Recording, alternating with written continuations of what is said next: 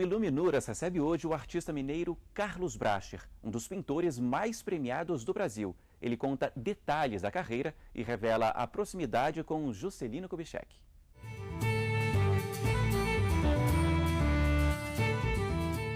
Carlos Bracher tem 74 anos de idade e 57 de carreira. Os retratos são uma das marcas do artista, assim como as séries sobre paisagens mineiras, Van Gogh, Brasília e Aleijadinho.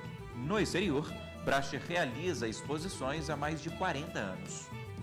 Bracher, você é mundialmente famoso pelas suas pinturas, pelos seus quadros, mas a escrita também tem uma grande relação com o seu trabalho, não é isso? É interessante essa questão da palavra, né? A palavra é uma coisa muito próxima, muito, tanto quanto a cor em mim. Eu diria que talvez meu primeiro aceno a coisas artísticas foi pela palavra. Eu morava em Juiz de Fora, eu tinha mais ou menos 12 ou 13 anos, mais ou menos essa idade. Eu não pintava ainda, comecei a pintar aos 13, 14. Aí eu peguei um carvãozinho, era moleque, em casa lá, tinha uma garagem, aí muito alto, um pé direito alto, peguei uma escada e com esse carvãozinho escrevi lá assim: sou um simples que passa sem lugar definido. Escrevi assim, nem sei porquê, mas interessante a frase, né? Boa, filosófica. E muito novo. Tinha 12 a 13 anos no máximo, 12 mais ou menos, certamente. Então é interessante, então, é porque a vida é tudo, né? Tudo faz parte da vida, quer dizer, os universos gerais das coisas, por exemplo, o universo das cores, o universo das palavras, o universo dos sons, o universo da dança, o universo, quer dizer, são coisas fortes, né, sobre os seres, sobre nós viventes, né? A gente é tocado e imantado por muitos segmentos e eles, às vezes, se compõem entre si, né? É muito comum, por exemplo, você pega um Drummond, por exemplo, um Fernando Pessoa, fazia caricaturas, e muito boas deles, autocaricaturas, excelentes, entendeu? Você vê, há uma pertinência nisso, há um desejo de uma extravasação em outras áreas próximas, que na verdade é tudo muito próximo, né? Não há uma diferença, porque o grande bojo de tudo isso é a sensibilidade, né? O grande campo e o grande cerne de todas as coisas artísticas, dessas sensações artísticas, é a questão da sensibilidade. Uma pessoa que pinta, por exemplo, ele tem relação com a palavra, com a música, e a música, inclusive, parece, eu acho, de todas as artes, a mais extraordinária, provavelmente, seja a música.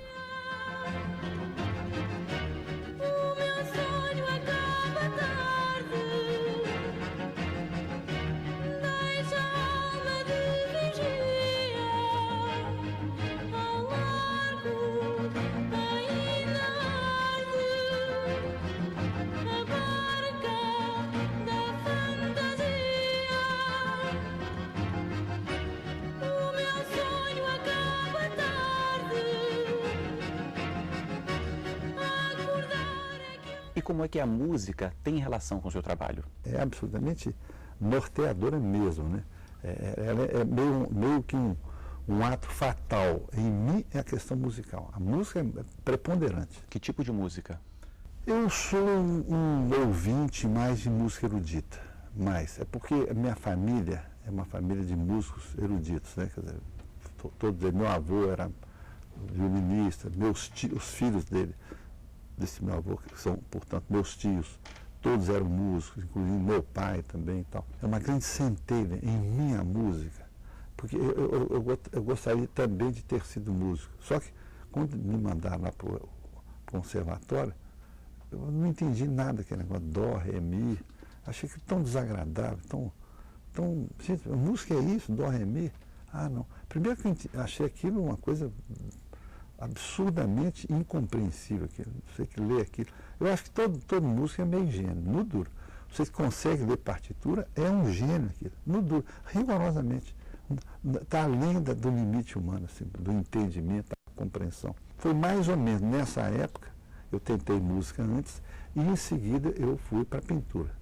Aí eu fui, porque lá na minha casa tinha meu tio, irmão do meu pai, ele era violinista e também pintor, e também professor. Então, meu irmão mais velho, eu sou o mais novo de uma família de 5 irmãos. O meu irmão mais velho, que é o Décio, ele estudou com esse meu tio, Frederico. Então, quando eu comecei a pintar, lá por 14, 15 anos, eu e minha irmã, uma pessoa importante na minha história, a minha irmã, que é uma menina muito talentosa, a Nívia, tinha 1 ano mais que eu, e essa moça era muito talentosa. A Nívia, desde menina, ela revelou muito talento. Posso dizer que não é o meu caso, negócio de talento. Isso aí, eu acho que eu diria que eu sou fruto mais de trabalho, assim, de obstinação e tal. Não de talento, é uma coisa interessante. E até falando sobre isso, sobre trabalho, você pinta com que frequência? Todo dia, toda semana, no ateliê, fora do ateliê? Eu diria que eu sou 2 sujeitos, assim, no tempo. Um que houve outrora, esse sujeito que era eu, que eu pintava o Paulo, igual um louco. Era uma coisa impressionante. Eu não conseguia parar de pintar. Até quando? Meu Deus, foi os lindos anos da minha vida, né? Essa coisa incoercível que há em nós. Esse espírito indômito da força, a força artística, o amor artístico, o sentimento artístico de extravasação. Isso é uma coisa linda. É um momento sagrado da gente. E eu não conseguia parar de pintar. Uma coisa louca, totalmente louca. Totalmente disparatada, assim, sem nenhuma regra. Era uma coisa, era um abismo, né? Isso foi um grande momento da minha vida. Em que época? Eu diria dos meus 13, 14 aos 28, talvez. Eu fui assim, coisa fantástica. Eu devia ter parado ali aos 28, eu acho. Que bom que não parou. Pois é, mas aí depois eu fui para a Europa. Eu ganhei o prêmio de viagem à Europa, do Salão Nacional de Belas Artes. Aí eu fui para a Europa. Aí houve uma colisão nessa estrutura minha psíquica. Eu fiquei vendo museus, quer dizer, mestres. O mestre é tudo, o mestre é a grande base. Mas o mestre, ele é terrível também. Tanto o que ele te faz, ele te destrói, né? Ele tem essa capacidade absurda de transformação. Ou seja, então aí o seguinte, eu vendo Leonardo da Vinci, Michelangelo, o Goya, o Greco, ou mesmo Van Gogh, um Matisse, um Picasso, aí eu senti a clara tristeza de não saber pintar. Olha, eu tinha ganho o maior prêmio do Brasil, que é o primeiro. Mas aí criou um entumecimento em mim, na minha alma geratriz, enquanto pintor. Eu fiquei acanhado. Eu falei, gente, eu não sei pintar, o que eu estou fazendo aqui? Um cotô, né? Gente, pô, pintura é isso aqui. Eu chegava, um Rafael, um Michelangelo, um Monet, pô, pintura é isso aqui. Esses são pintores. Aí eu falei, eu não sou pintor. Isso é uma coisa estranha em mim. E pior que eu fiquei 2 anos lá. Eu fiquei desapoiado dos meus pares, que são meus irmãos. Porque na nossa casa era uma coisa muito bonita, assim, a união e a inter-relação amorosa entre todos nós. É uma coisa muito linda, uma coisa linda. A gente aprendia naturalmente uns com os outros. Toda a questão dos conhecimentos e dos fazeres e dos labores. A gente ia se aprendendo mutuamente entre nós, entre os irmãos, etc. E os amigos também, os muitos amigos, que também eram pintores, muitos amigos. Então aquilo era uma coisa muito linda, muito graciosa. Era uma espécie de uma escola livre, mas com muita ternura, com muito afeto. Então, uma coisa muito linda. E como eu fiquei 2 anos fora desse grande universo, meu formador, eu fiquei, e principalmente como eu não tinha academia, não tinha o conhecimento rigoroso, eu fiquei, portanto, muito como um barco à mercê, assim. Aí eu comecei meio que, tipo assim, a começar a pintar. Não, agora eu vou começar. Aí tal, aí pegava uma coisinha e tal, outra, tudo assim, muito certinho, tá entendendo? Meio que como que uma busca do meu aprendizado. Né? Mas, isto é, eu perdi a grande força, aquele eu tempestuoso que havia em mim, aquele eu, o louco, aquela coisa que era linda, era um errado, mas belo, porque a perfeição não existe. Isso não existe perfeição, é uma busca incógnita das coisas, ninguém sabe. Assim, a coisa, cada um vai inventar a sua perfeição, ou cada um tem a sua perfeição, ou dentro dessas imperfeições. Né? Mas, portanto, eu tinha uma força de pintar que eu a perdi na Europa. Quando eu voltei da Europa, que aí eu vou para Ouro Preto, eu não vou mais para Juiz de Fora, eu cheguei em Ouro Preto no Carnaval de 71, eu e minha esposa Fanny, e onde tivemos duas filhas, a Brima e a Larissa, duas graças da nossa vida. Aí foi uma coisa incrível. Você retomou essa força? Eu fiquei 10 anos, foi exatamente de 71 a 81, tentando resgatar o que eu era antes. Era um processo de resgate, demorou 10 anos isso. Aliás, foi muito interessante, já que o programa aqui é mais de literatura, aconteceu um fato maravilhoso. Eu tentando pintar, voltar, e não conseguia. E lógico que a gente não consegue. A vida é a cada instante. Você não vai viver uma memória de si. A vida é isso. E a arte também é isso. É uma transposição do seu ato de viver. A arte é isso, é, né? O seu eu que se transborda em códigos artísticos, seja na palavra, nos sons, ou nos mistérios quaisquer. Mas aí foi muito interessante isso. Eu escrevi um texto, olha, uma das coisas mais lindas da minha vida.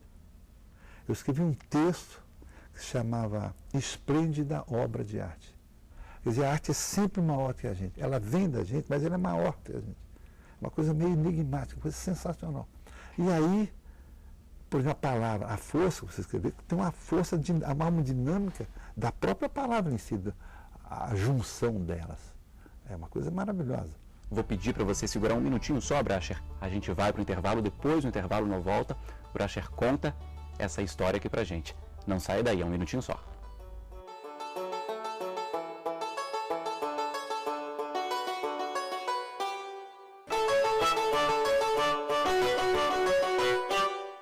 O Iluminuras já está de volta para continuar essa conversa aqui com o artista Carlos Bracher. Eu te interrompi, Bracher. Você fazia uma revelação aqui, não é isso? É a questão da conjunção entre as artes.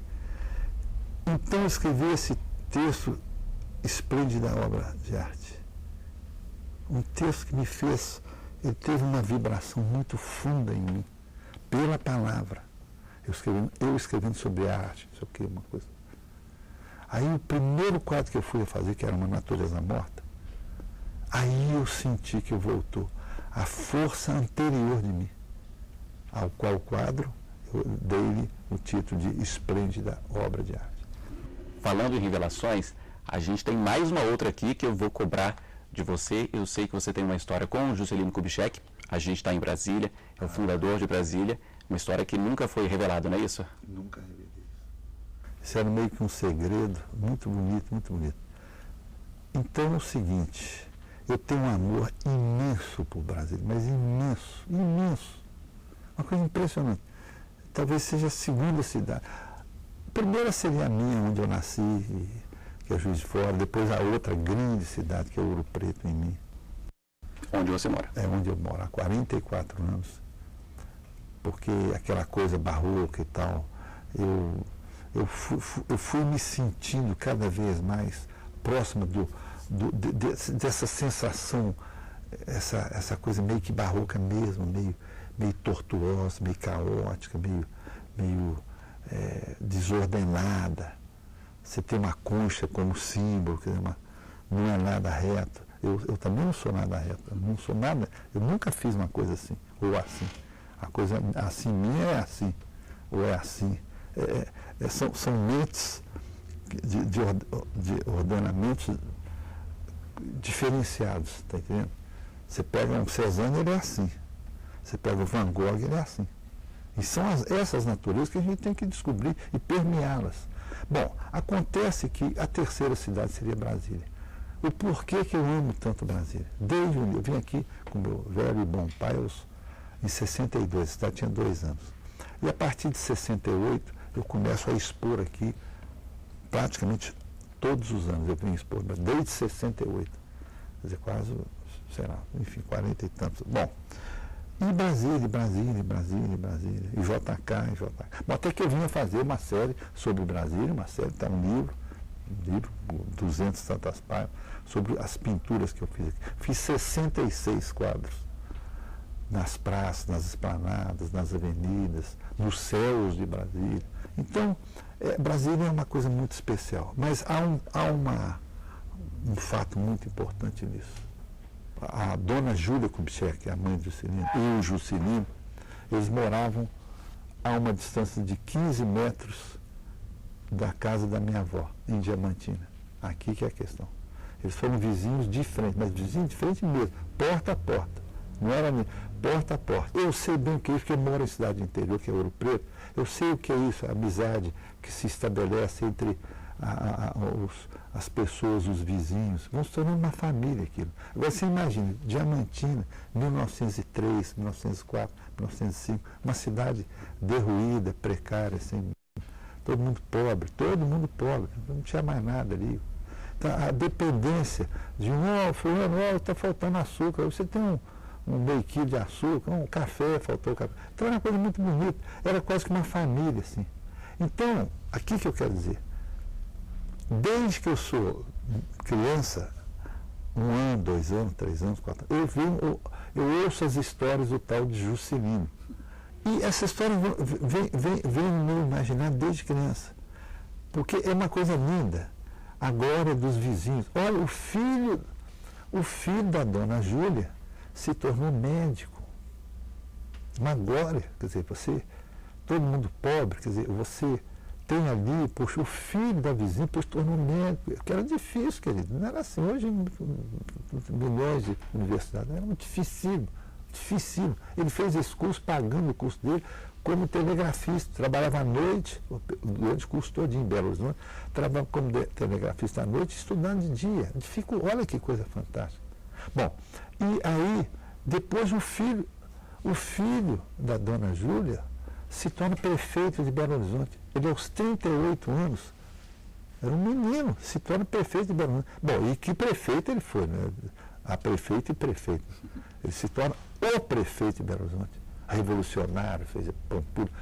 Porque o Juscelino era um sujeito muito especial. Ele era muito culto, né? Há que se dizer, o Juscelino é um homem cultíssimo. Já que o programa sobre literatura, há uma coisa muito linda que se dizer o seguinte, que ele está lá no Diamantina, no quartinho dele, que é 2 por 2,5, mal cabe uma cama, uma coisa. Tem uma caminha dele e uma escrivaninha pequenininha, cabe uma cadeirinha. Está lá escrito, lá, palavra dele. Quando eu aprendi a ler aos 6 anos de idade, fiz para mim um propósito de me levantar todos os dias às 6 horas da manhã para ler. Então, o Juscelino, ele sempre teve esse foco em relação à literatura. E já grande, ele falava assim, eu tenho um orgulho para mim de ler um livro por dia. Olha a dimensão de homem. Então, olha a revolução que se estabelece num ser através da cultura, quer dizer, através da literatura. Isso é que é fantástico. Falando sobre o Juscelino Kubitschek, falando sobre Brasília, onde a gente está, você está com uma exposição no Centro Cultural, uma grande exposição premiada. O que você destaca na exposição? A exposição foi inaugurada em Belo Horizonte, depois foi para São Paulo, depois para o Rio e agora em Brasília, onde ela, enfim, depois ela ainda vai para Ipatinga também, mas enfim.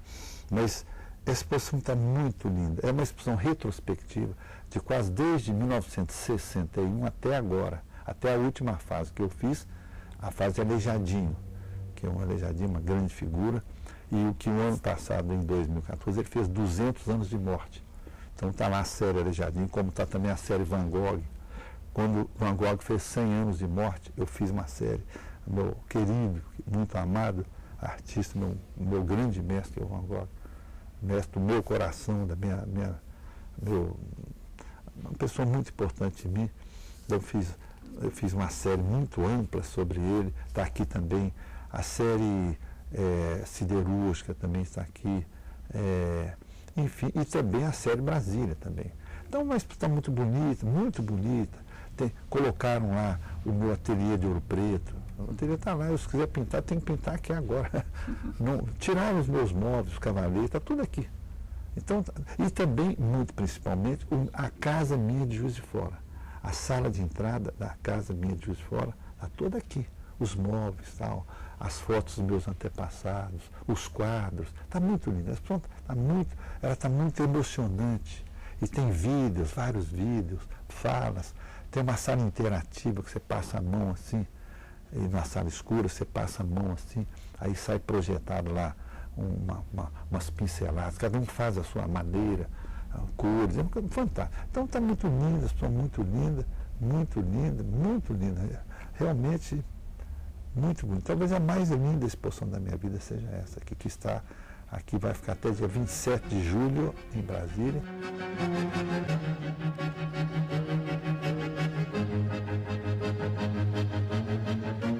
Ai, que ninguém volta ao que já deixou. Ninguém larga a grande roda. O que eu acho é o seguinte, a pintura, essa grande pintura, esse sentimento da grande pintura, da história dessa grande pintura, que a gente sabe, tal. Eu acho que, de repente, houve uma certa implosão dela. Ela se bifurcou demais, de maneira talvez exageradamente, e que, certamente, ela se desfigurou em si. O seu grande acontecimento, o grande acontecimento de pintar, porque os olhares ficaram muito múltiplos hoje, tudo meio que vale. Então, a própria pintura, ela ficou meio... Quer dizer, digamos, a essência da coisa toda, ela ficou meio que desfigurada. Então, o que nós estamos dizendo é que a pintura é uma coisa linda, efetiva. Há um foco que é permanente. Há um desejo dessa coisa, que é a coisa mesmo da pintura, da grande arte de pintar. Ok, Bracher, infelizmente nosso tempo terminou, mas eu queria te agradecer muitíssimo pelo seu tempo, sua disposição e por conversar aqui longamente com a gente. Muito obrigado. Obrigado a você e a vocês da TV. E muito obrigado a você que nos acompanhou até aqui. O Iluminuras termina neste momento, mas para rever este e outros programas, basta acessar tvjustiça.jus.br. Até a semana que vem. Tchau.